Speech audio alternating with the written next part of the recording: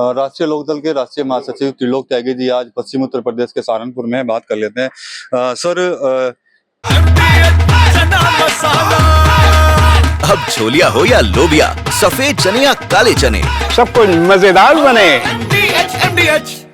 पंचायत चुनाव की शुरुआत तेज होगी उत्तर प्रदेश में, तो राष्ट्रीय लोकदल क्या सर रणनीति बना रहा है पंचायत चुनाव को लेकर? देखिए, अभी हमारी मथुरा में राज्य कार्यकारिणी की बैठक हुई थी और उसमें हमारा प्रस्ताव किया स्टेट कमेटी ने कि हम पंचायत चुनाव लड़ना चाहते हैं। तो पंचायत चुनाव तो लड़ेंगे, कोई राजनीतिक पार्टी चुनाव के लिए होती है, हमको साधु समाज के मेंबर तो है नहीं।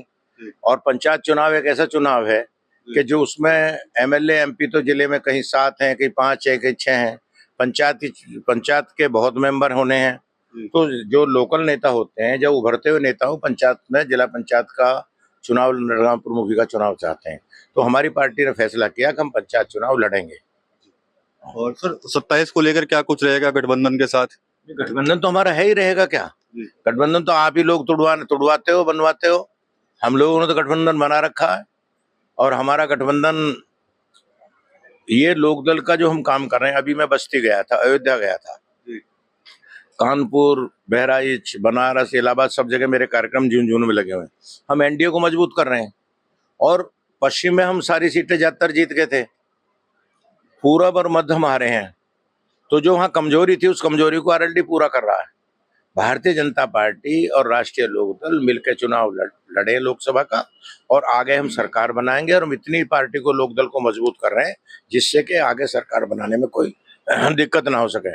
और मैं कहना चाहता हूँ कि आरएलडी की इतनी ताकत बनेगी, इतनी मजबूती बनेगी कि इस सरकार को मजबूती देगी और 27 में फिर एनडीए की सरकार उत्तर प्रदेश में बनेगी। सर, एक सवाल और भी ये था कि चुनाव से पहले कहीं ना कहीं पार्टियां जो हैं वो दलित मतदाताओं पर ज्यादा फोकस कर रही हैं, क्या आरएलडी का भी कुछ है इस तरह का कोई प्लान? ठीक है, दलित मतदाताओं में हमारी पार्टी का जो थीम है वो गांव की थीम है। सबसे पहले चौधरी चरण सिंह गांव की बात करते थे, फिर वो किसान मजदूर की बात करते थे। तो आप लोगों ने तो मजदूरों को तमाम जातियों में बांट दिया। हम मजदूर की बात करते हैं, उसमें दलित भी हैं, उसमें वो भी लोग हैं जो हाथ के दस्तकार थे, जो मजदूर हो गए। रंगरेज था, कपड़ा बुनने वाला था, उसमें तमाम लोग थे। वो आज उनकी सबका महत्व खत्म हो गया, जूती बनाने वाले का महत्व खत्म हो गया गांव में। चौधरी चरण सिंह जी जो हाथ के दस्तकार थे, उनकी वकालत करते थे, तो हम उनके साथ हैं। और हमारी पार्टी किसान, मजदूर, गांव, बेरोजगारी, इन्हीं को एम्फेसिस करती है। वो हम लोग उनको कर रहे हैं और हमारे साथ बहुत दलित नेता है, हम उनको जोड़ रहे हैं। सर, सपा और कांग्रेस में आपने देखा हो खबरें मिल रही है किस तरह से नेताओं की बयानबाजी चलती है गठबंधन को लेकर। कांग्रेस के नेता भी अपनी ताल ठोक रहे हैं कि हम भी चुनाव लड़ेंगे, जबकि गठबंधन है, इंडिया गठबंधन। देखिए, ऐसा राजनीतिक दल जो कुछ साधु समाज के मेंबर नहीं होते हैं। अब तो साधु बहुत राजनीति में आ गए हैं, तो हम लोगों ने तो अपना पटका टांग रखा सामने कि हम लोकतंत्र में चुनाव लड़कर राज बनाना चाहते हैं। तो जो राजनीतिक दल ये कह रहे हैं हम चुनाव लड़ेंगे, तो अच्छी बात है, चुनाव लड़ना चाहिए सबको और अपनी ताकत का एहसास कराना चाहिए और अपनी ताकत को आजमाना चाहिए। बहुजन समाज पार्टी भी एक बार फिर से फुल फ्लैश फॉर्म में आ रही है, आकाश आनंद को आगे कर दिया, मायावती भी लगातार उनको बहुत प्रमोट कर रही है।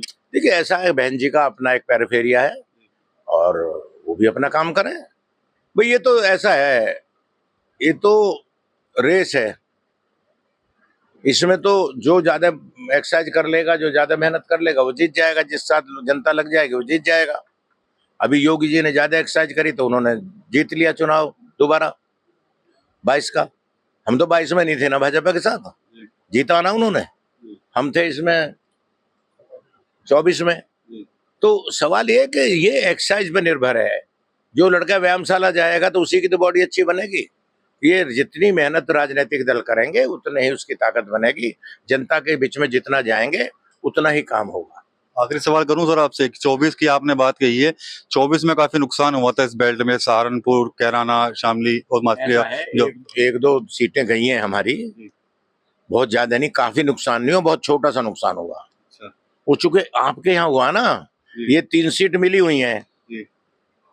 इससे आगे चलो, मेरठ किसके पास है, बिजनौर किसके पास है, अमरोहा किसके पास है, गाजियाबाद किसके पास है, बुलंदशहर किसके पास है, नोएडा किसके पास है। मैं लंबी फहरिस्त आगरे तक गिनवा दूंगा आपको। ये 3 सीटों को आप कैसे पश्चिमी उत्तर प्रदेश मान रहे हैं?